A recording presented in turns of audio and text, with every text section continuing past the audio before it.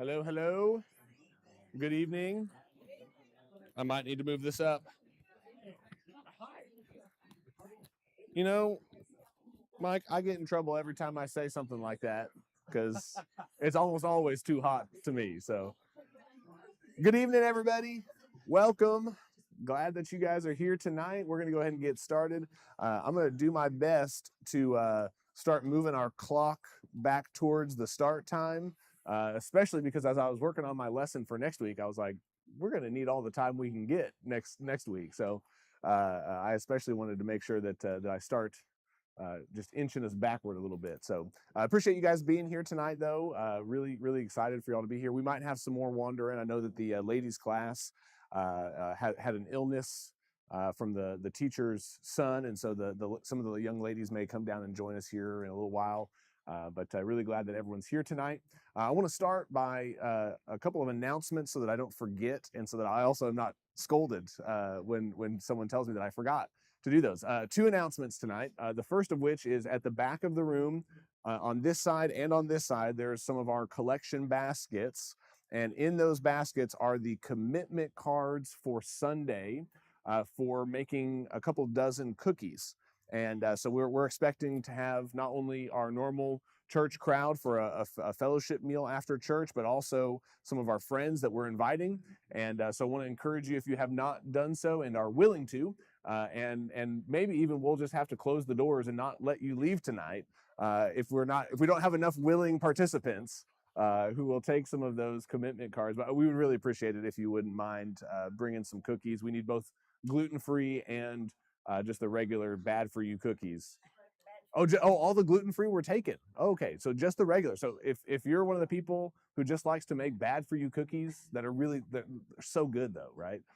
Feel free to grab one of those commitment cards. Now, on this side of the room at the back, also, I picked up the remaining stack of those Friend Day invitation cards, postcards.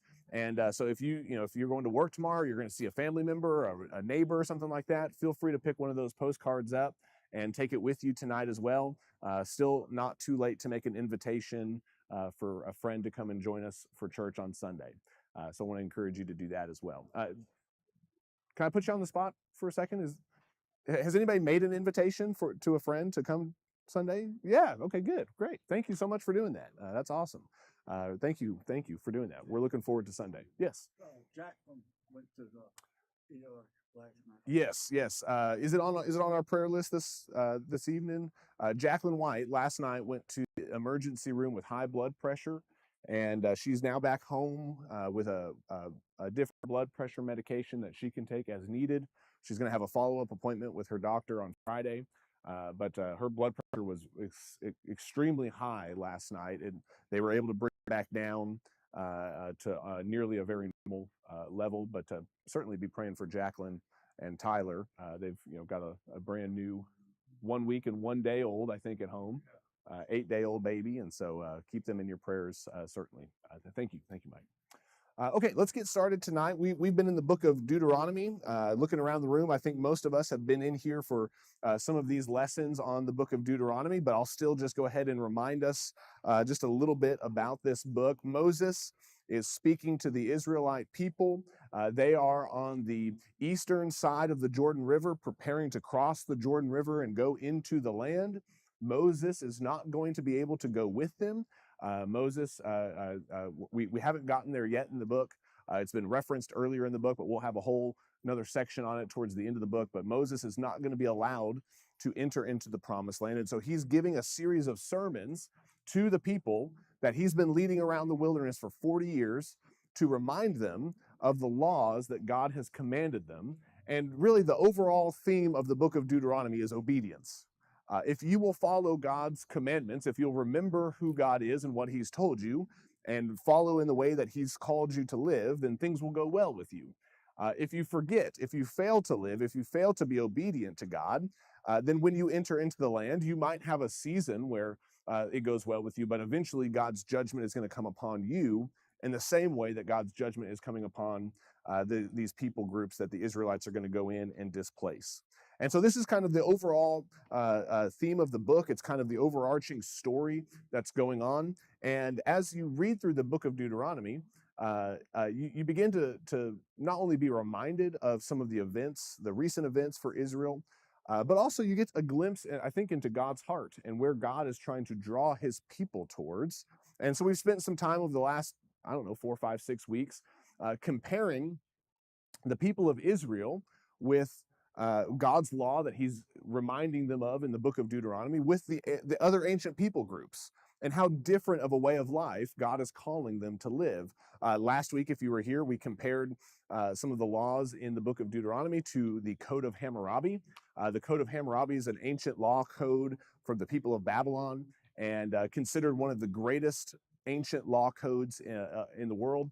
And we compared and contrasted a little bit of the difference between one of these laws that you find in Israel and one of the laws that you find in Babylon. And I think that what we see is that God is drawing his people away from the culture that they lived in. He's drawing them away from what they thought was normal societal norms and values. He's drawing them closer to what his desire is for them. And I'm grateful to be able to have studied so far in the book of Deuteronomy. I hope that there's been something that's been of interest to you as we've been reading through this.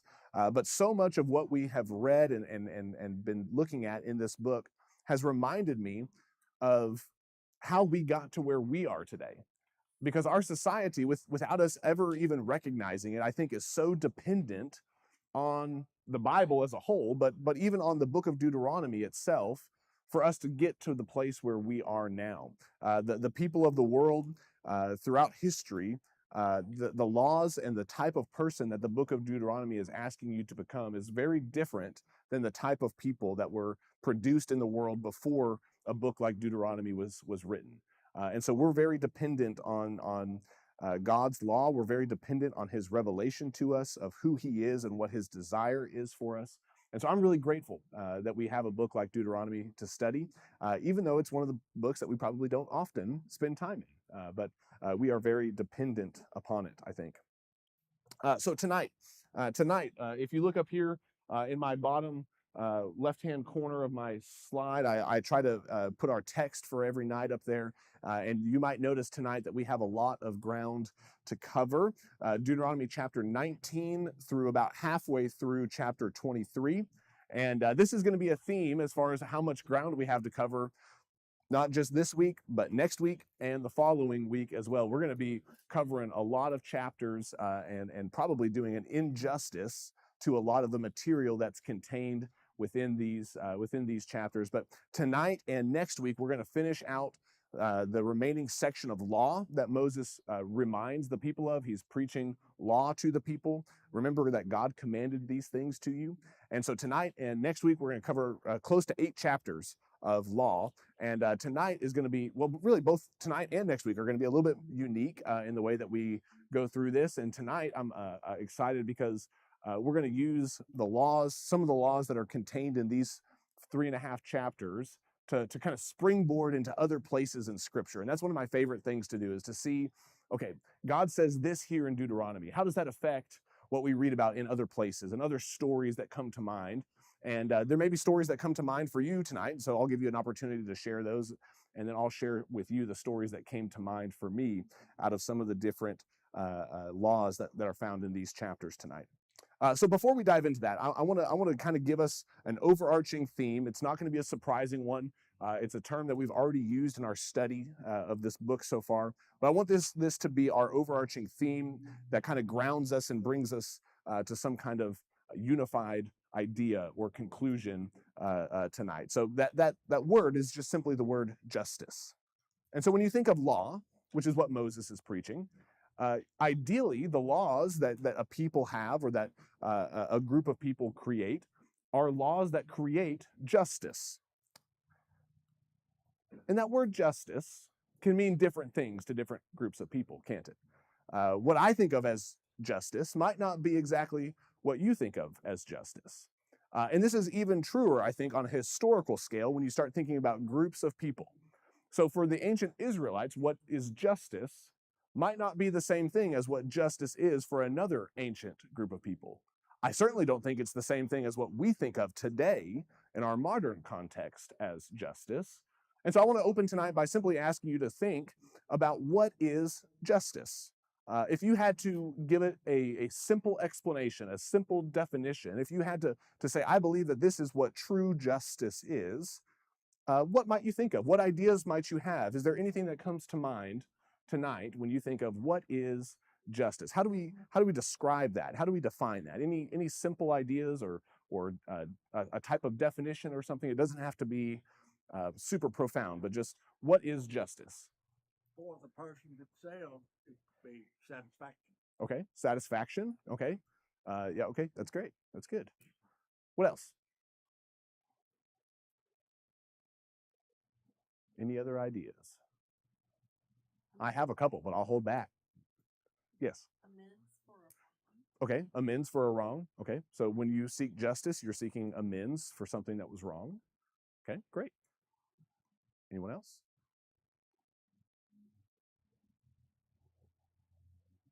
Are we quiet or are we thinking?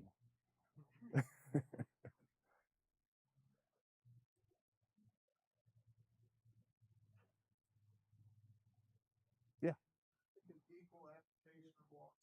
Okay, yeah, good. Yeah.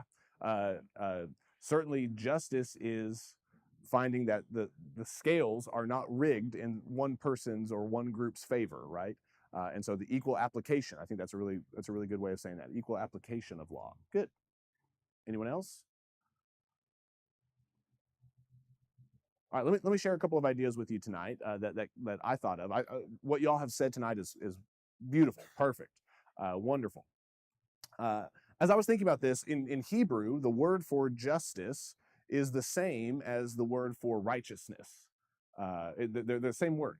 There's different words that can be used for each, but one word is the same word. It's the same word for justice and for righteousness.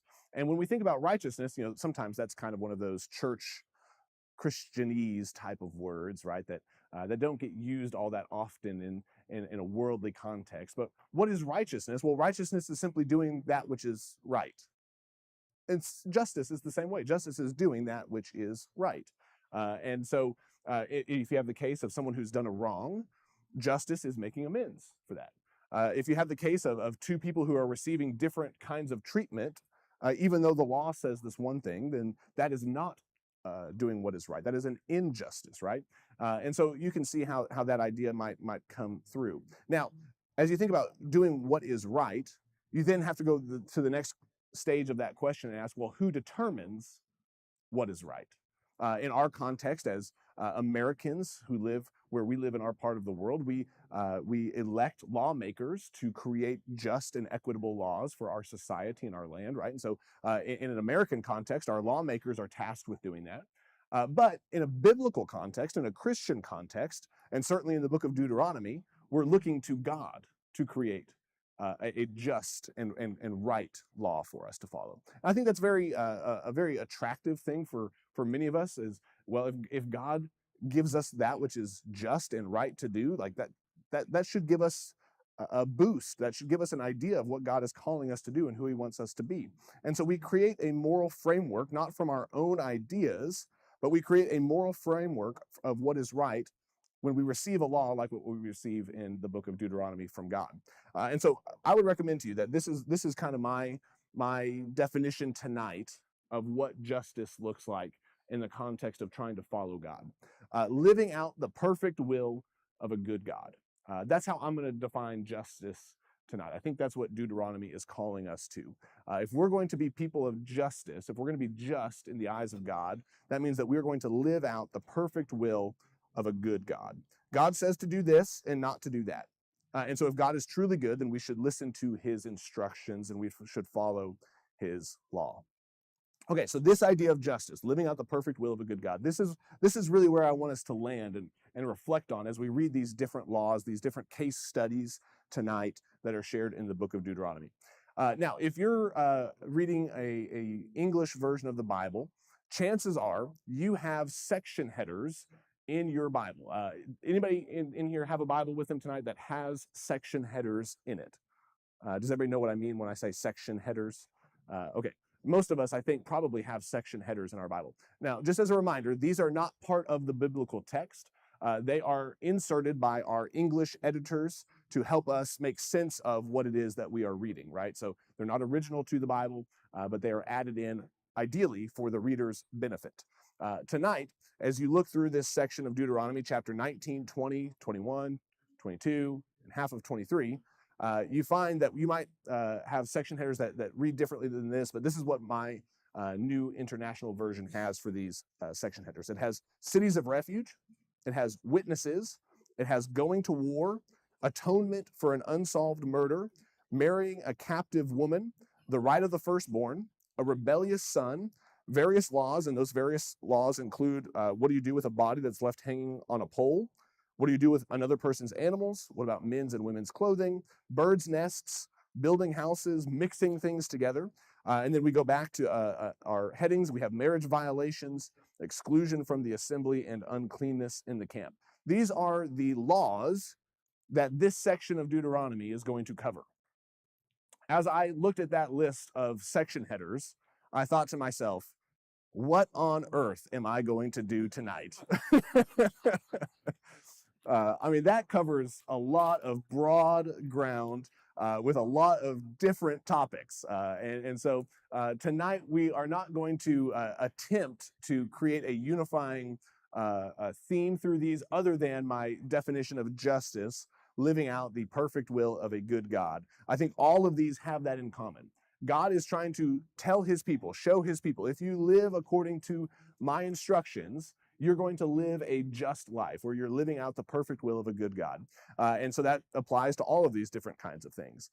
So what I want to do tonight is I want us to look at some of these laws. We're not going to read them all. I encourage you to go and read them as you have time later on. But we're going to look at some of these laws, and I'm going to use it, as I said, to springboard into other parts of Scripture to see how these might get applied or why these laws might exist in the first place. And so we'll look at a handful of these together tonight. And just as we do this, remember that we stand upon the shoulders of an ancient civilization like the Israelite people who Moses shared this law with. At times in their history, they did a good job of trying to follow these laws. At other times, they failed miserably. And we stand on their shoulders because they helped create the world that we live in today by attempting to follow some of these laws and at other times failing horribly. Okay, so I want to start with the rights of the firstborn son. This comes in the book of Deuteronomy, chapter 21, and Moses shares this law in verse 15 through 17 about the rights of the firstborn son. He says, if a man has two wives, and he loves one but not the other, and both bear him sons, but the firstborn is the son of the wife he does not love, when he wills his property to his sons, he must give the rights of the firstborn to the son of the wife he loves in preference to his actual firstborn, the son of the wife he does not love. He must acknowledge the son of his unloved wife as the firstborn by giving him a double share of all he has. That son is the first sign of his father's strength. The right of the firstborn belongs to him. Okay, when we read this, chances are the first thing that you think of is two wives, because that's the context that we come from, right? But remember, we're reading an ancient people's law, an ancient people's story, and even we have famous examples of this all throughout the Old Testament, right? I tried to resist, but I'm going to do it anyways. Has anybody seen the movie The Terminal? Okay, this joke is going to fall flat on its head then. But this is a direct quote from the movie The Terminal. It's got Tom Hanks in it. It's a funny movie. But there comes a scene where Tom Hanks discovers that this woman, it's Catherine Zeta-Jones is the actress, that he's interested in, has an ongoing relationship with two different men. And he tells her, one woman, two men, crowded. Anyways, I tried to resist. I couldn't do it. It's a great line. Okay, so we have here a law about what happens when a man has two wives, one of whom he loves and one of whom he does not love. Is there any story in Scripture that comes to mind about a man who has two wives, one of whom is loved and one who is not loved? Anybody? Jacob, Rachel. Yes. Okay. So when we go back to the book of Genesis, we get it like it's almost like this law was created because of Jacob.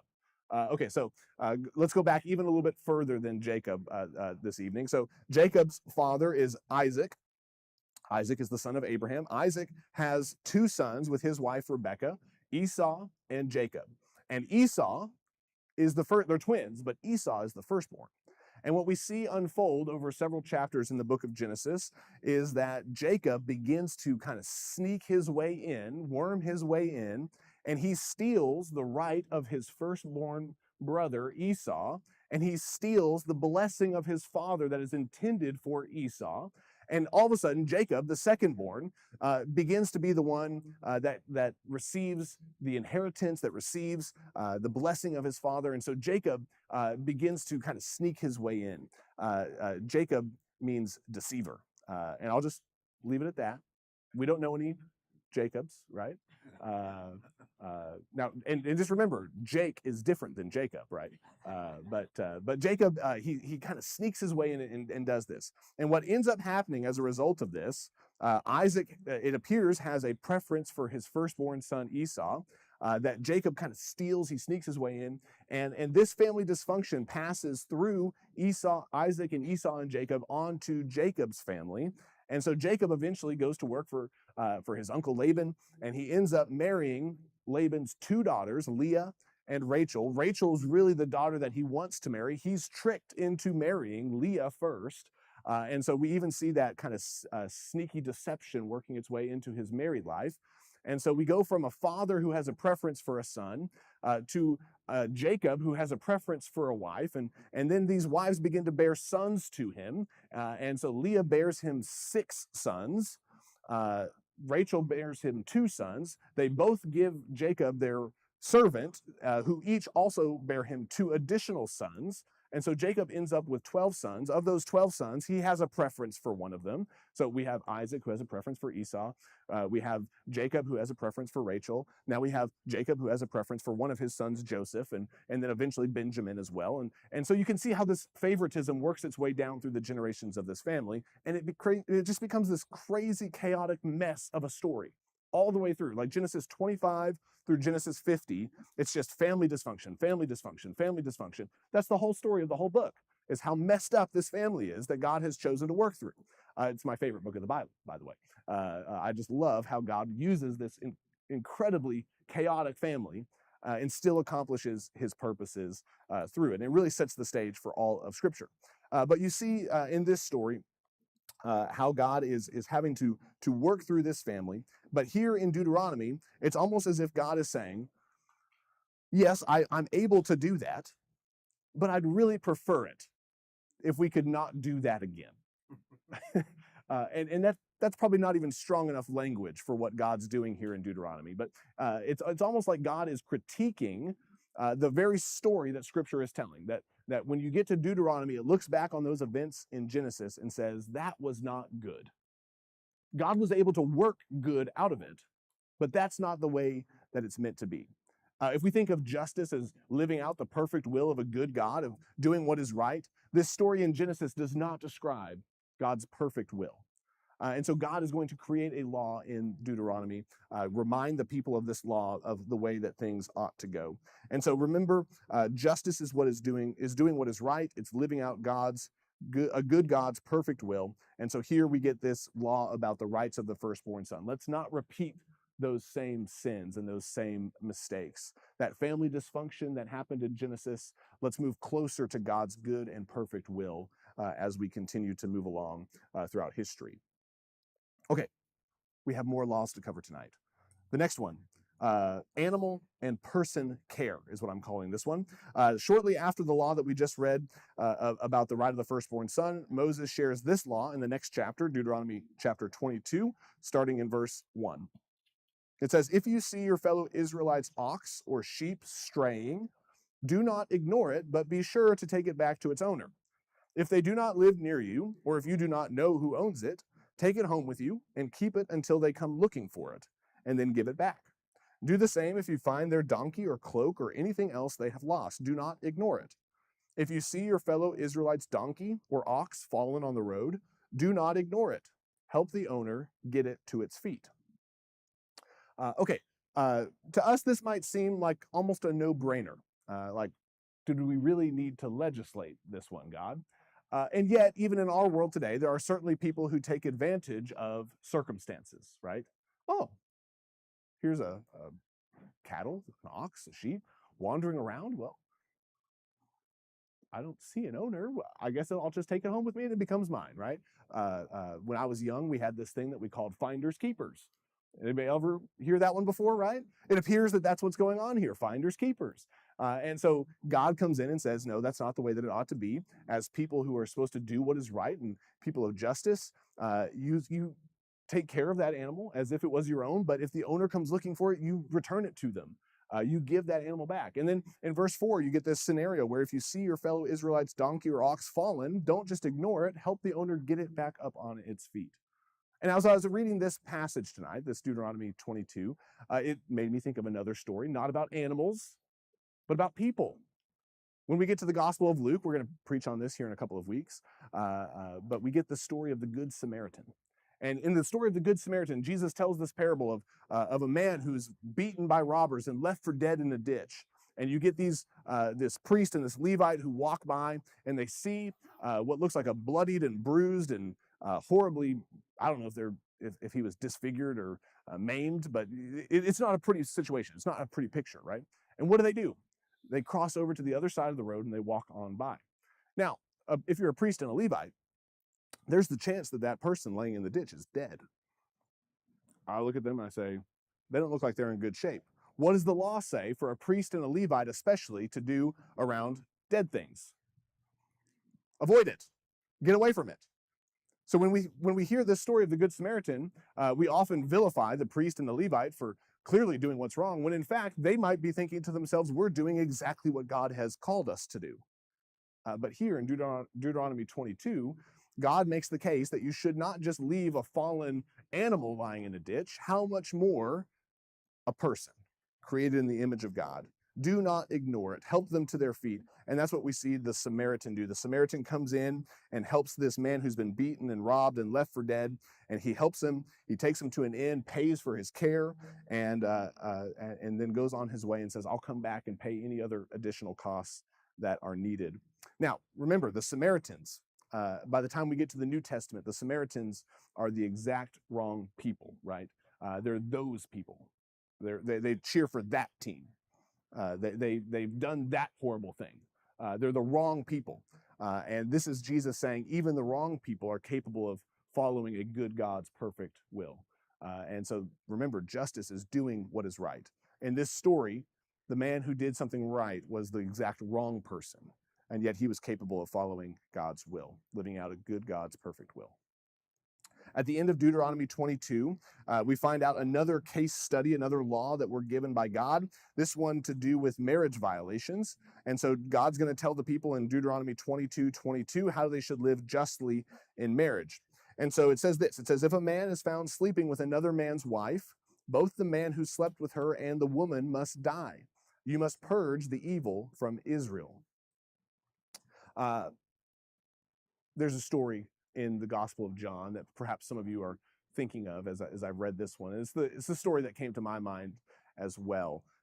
In the Gospel of John, we find out about a woman who's caught in adultery, and she is drugged before Jesus, and Jesus is there. He's really, it's a trap. It's intended as a trap for Jesus. Will he follow God's law and have this woman stoned to death, or will he show her mercy and then be guilty of breaking the law? And here's the thing about trying to trap Jesus that we find out by reading scripture is that if Jesus is really God in the flesh, and we believe that he is, and you try to trap God in the flesh with a theological question or a theological problem or a question of what is truly right and truly just, you're in for a very unpleasant surprise yourself. Don't try to trap the one who created justice with a question about justice, right? That's just a bad formula. It's not going to be successful. But Jesus is going to do what is right in this scenario. So in John chapter 8, you have a woman who's caught in adultery, who's brought before Jesus, and the religious leaders ask him, what should we do with this woman? And if you know the story, you know Jesus bends down and he writes in the dirt for a moment. And people have hypothesized, right? Like what was Jesus writing in the dirt? And some people say, well, maybe he was writing the sins of the crowd around him, right? I have no idea if that's true or not. But Jesus takes a moment. First of all, I think what he does there is he's drawing attention to himself. He's drawing attention away from the woman caught in adultery and Okay, Jesus, we've just asked you a question, and now you're bending down and drawing stick figures in the dirt. Like, what are you doing here, Jesus? And so he's drawing attention to himself, away from her. But then he begins to tell them exactly what should happen. Those without sin should cast the first stone. And so slowly, one by one, this crowd of people that brought stones with them, conveniently, they know Deuteronomy 22:22, they begin to drop their stones and walk away. As you think about that story in John 8, someone's probably pointed this out to you before, but it's important to remember that as you read this passage, in that second line, there's a comma, and it says, both the man who slept with her and the woman must die.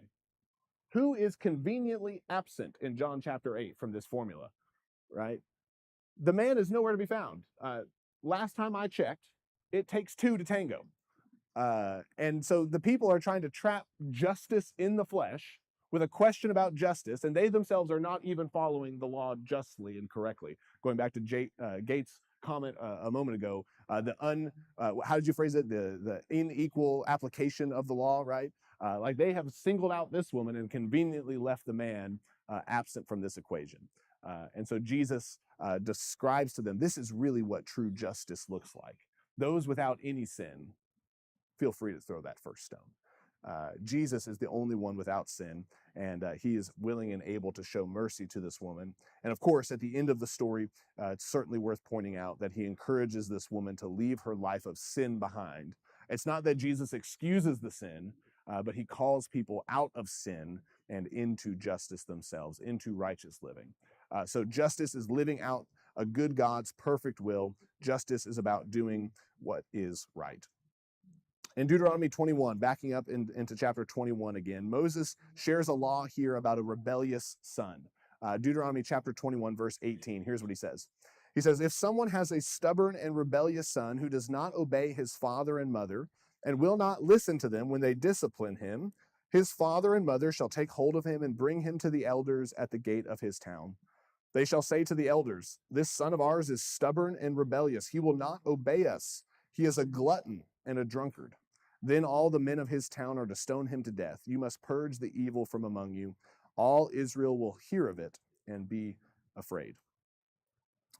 Okay, God has already shared the 10 commandments with Israel twice now in the book of Leviticus and again here in Deuteronomy. And one of those 10 commandments is to honor your father and mother. And here we see clearly a case of a son who is not interested in following that particular law. And so Moses and God give the people a case study.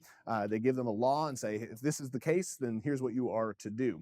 And here when we are in this story, I'll again remind us, I think I've said this for 3 or 4 consecutive weeks now, but what we see in Deuteronomy is that God is not taking the people all the way from here's where you are at point A, and I'm going to take you all the way to point Z of where I want you to always be, but he's taking them from point A to point B.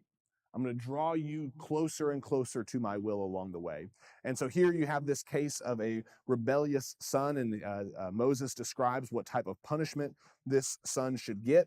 But this is really not the end of the story where God wants to draw us, because we get another story told by Jesus in the Gospel of Luke, chapter 15, that's almost a mirror image to me of this exact case study, this exact case scenario. Only this time, when the time comes for the father to punish his son for his rebellion, the father does something drastically different, doesn't he? In fact, the father has 2 opportunities and doesn't take either one of them. So just to remind you, the story of the prodigal sons, really, I'm just going to tell you the story of the first son in this particular instance. But the first son comes to the father and says, it'd be better for me if you would go ahead and die so I could receive my inheritance. And that's really an offensive thing, I would think, to say from a son to a father. If my son were to tell me that, I think that would be pretty devastating, right? I think if any of you have sons, you'd probably feel devastated by that. But the father does not take offense. The father does not drag this wicked and rebellious son before the elders at the city gate. Instead, the father gives him exactly what he wants. And he goes off and he spends it in wild living. You know, we have in Deuteronomy 21 here, if he's a glutton and a drunkard, right? And that's exactly what we see happen with this son in Luke chapter 15. He goes off and he spends it in wicked and rebellious and wild living. And when he runs out of all of his money and all of his friends and he comes to his senses, he thinks, I'll go back to my dad and beg for a job as a servant. And so he goes home, he's practicing his speech, I imagine, the whole way home. And as he's walking home, his father sees him from a long way out and comes running out to him and greets him, and he hugs him, and he puts a robe on him and puts a ring back on his finger, and he calls his servants and says, let's throw a party because this son of mine who was lost is now found, and he's home again, and it's time to throw a party. The son's thinking the whole time, I'm going to have to beg. I'm going to have to convince my father not to drag me to the city gate and have me stoned to death for my rebellion. And yet the father doesn't do it. Twice in the story, he could have taken his son and taken him there, but both times we see the father is extremely merciful to his son. He shows lots of love. He wants the son to understand, my heart is not for punishment. My heart is not for revenge. My heart is for you. And so in Deuteronomy 21, we get the story, we get the case law. And in Luke 15, I think we get the end of the story, that this is the way that the Father loves you. The Father doesn't want to see you punished. He doesn't want to see you experience his revenge. He wants to experience relationship with you. And so justice is about doing what's right. It's about living out the perfect will of a good God. And what's better than living out the perfect will of a good God than in relationship with him? In Deuteronomy 19, Moses shares a law about the need for multiple eyewitnesses. We talked about this a little bit last week and compared it to the Code of Hammurabi. And here in Deuteronomy chapter 19, Moses says that you cannot have justice done by just a single person with a vendetta against another person who makes an accusation. And so in Deuteronomy 19, 20 through 21, he says, the rest of the people will hear about this and be afraid, talking about purging the evil from the camp. And never again will such an evil thing be done among you. So show no pity, life for life, eye for eye, tooth for tooth, hand for hand, foot for foot. We refer to this as the lex talionis law. That's just a different language, lex talionis. It means eye for eye, hand for hand, foot for foot, right? It's this idea that is shared in Deuteronomy. And if you are familiar with the teachings of Jesus, then perhaps you know that Jesus once said, you have heard that it was said, quoting Deuteronomy, but I tell you. And what Jesus is doing when he says this in Matthew chapter 5 is he's not doing away with the law. He's not removing the law. He's not saying the law is unimportant. He's actually saying, this is what the law says, and I'm going to call you to an even higher standard. You've heard that it's said an eye for an eye and a tooth for a tooth, but I tell you this instead. One of the great benefits of this law in Deuteronomy chapter 19 is that it helped limit retribution. It helped limit the response of somebody. If justice is about making amends, right, then justice is not, okay, someone did something wrong to me and I'm going to do something wrong to them to the next degree. If somebody does something to me, if they steal some of my cattle, the lex talionis law says you can't kill them for that. Instead, you receive your cattle back, maybe perhaps with interest on top of it, right? It's eye for eye, tooth for tooth. The same for the same is the idea. So if somebody steals something from you, you get it back. Not someone steals from me, now I get to go and kill them. And so this is what Deuteronomy, I think, is trying to do here. But then Jesus comes along and he says those famous words, but I tell you. And so I want to read that passage for us out of Matthew chapter 5 briefly. He says, you have heard that it was said, eye for eye and tooth for tooth. But I tell you, do not resist an evil person. If anyone slaps you on the right cheek, turn to them the other cheek also. And if anyone wants to sue you and take your shirt, hand over your coat as well. If anyone forces you to go 1 mile, go with them 2 miles. Give to the one who asks you, and do not turn away from the one who wants to borrow from you. Justice is not about getting revenge. It's even not about getting fair retribution. Justice is about doing what is right and living out the good will, a good God's perfect will. And so Jesus is going to teach us how we can do that when someone does wrong to us. When someone does wrong to us, we don't reciprocate in violence. We don't reciprocate in sin or in evil. You do something else. You make a sacrifice. If somebody slaps you on one cheek, you turn to them the other also. You sacrifice. If someone takes your coat, takes your tunic, your shirt, you give them your coat as well. You sacrifice for justice. In ancient Israel, perhaps the metaphor could be animal sacrifice, but in the New Testament, it's not animal sacrifice. Jesus gives us the example. It's giving yourself, humbling yourself, taking on the nature of a servant, becoming obedient as Jesus did, to death on a cross. Many weeks back, I shared that quote with you from famous atheist Richard Dawkins. But we find out in Deuteronomy, I think, that God is not the bloodthirsty, megalomaniacal, infanticidal, pestilential bully, all those fancy words that he uses in that quote. But in fact, God teaches us that greater love has nothing than this, than to lay down one's life for one's friends. And that's what Jesus shows us how to do. If someone does wrong to you, it's not that you take an eye for an eye and a tooth for a tooth. It's instead that you sacrifice for them. In Deuteronomy 21, Moses also includes this particular law. Chapter 21, verse 22, he says, if someone is guilty of a capital offense, is put to death, and their body is exposed on a pole, you must not leave the body hanging on the pole overnight. Be sure to bury it that same day, because anyone who is hung on a pole is under God's curse. You must not desecrate the land the Lord your God is giving you as an inheritance. You see, Jesus comes along and says, you've heard that it was said, but I tell you. But he doesn't just tell them, he shows them. Jesus' body ends up hanging on a pole. He hangs on a cross. And luckily, there were some followers of Jesus who were willing to take his body down off of the cross and to bury it, because they knew this law from Deuteronomy. But what they didn't know was that Jesus' body, Jesus himself, wasn't cursed. The land wasn't going to be cursed. Jesus, by doing this, broke the curse of sin. You've heard that it was said, but I tell you. And not only am I going to tell you with my words, I'm going to tell you with my life. Justice is about doing what's right. It's about living out a good God's perfect will. And the only reason that we can do that, or even know what that means, is because Deuteronomy was a stepping stone along the way to Jesus. And Jesus shows us what true justice looks like. He makes it possible for us to live into the good and perfect will of God. And so that leads me to my final case study for the night. We've covered a lot of ground. I've jumped around a lot. I've jumped to this book of the Bible and that book of the Bible and this story from Jesus. But one more for us tonight. Deuteronomy chapter 23, verse 1. It's a weird one. No one who's been emasculated by crushing or cutting may enter the assembly of the Lord. And it goes on and it describes several groups of people who would be excluded from the assembly of the Lord. For some of them, it's just for a short period of time. For others, it's a longer period of time. He says that those who are from a forbidden marriage, those who are Ammonites or Moabites, and those who are Edomites, these people are excluded from the assembly of the Lord.